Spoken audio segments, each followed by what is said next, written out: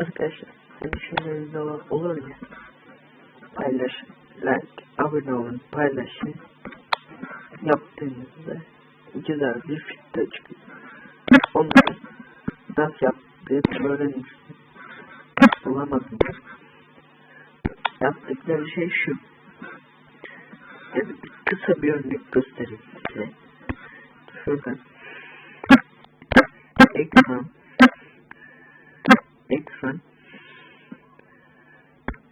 kalemiydi galiba. Ekran resim gibi bir şeydi. Sen yazıyordum. Yapayım.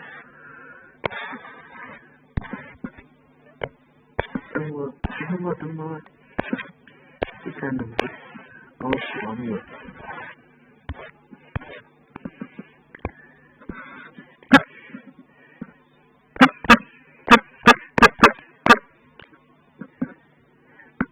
Tamam.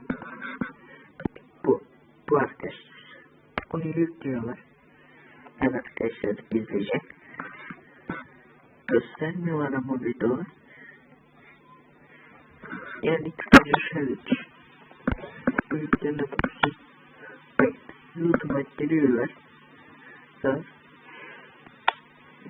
Rastgele bir video seçiyorlar. Ben kendi kanalımdaki videomu seçeceğim. Bir tane short videosunu giriyorum.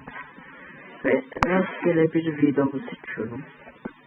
Yani o zaman teknolojimi seçtim. Ve beğeni, abone, paylaş, daha fazlasına basılı tutuyorlar deyip hemen çıkıyorlar. Evet arkadaşlar, yapacağım önce elimi like'ımı kapatmam gerekiyor. O hazır olduğu zaman yapacağım. Bak hazır şimdi. Bak yapıyorum şimdi. Teknoblade'in içerisine giriyorum. Durduruyorum. Like at, abone ol, paylaş. Daha fazlasına bastığında password'una bir şey çıkmıyor ya. Bunu yapıyor. Buradan direkt buna giriyorlar. Kaydı durduruyorlar. Sonra bir edit programı sayesinde o sahneyi kesiyorlar. Ve kestiklerinde panayla hareket ettirip böyle desenler çıkarıp sizle uğraşıyor. Yani bak reklam geliyor. Ben illa Türkçe olsun diye uğraşmayacağım. Bence gösterme amacıyla yapıyorum. Reklamı bu arkadaşlar. Haberiniz olsun. Direkt giriyorum.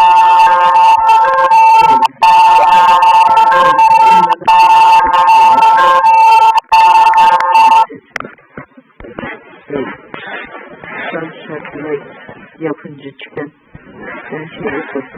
bir video yapıyor.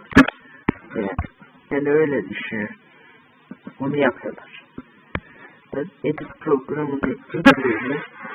Onunla da kestikleri sahneyi kapatıyorlar. Sonuç o.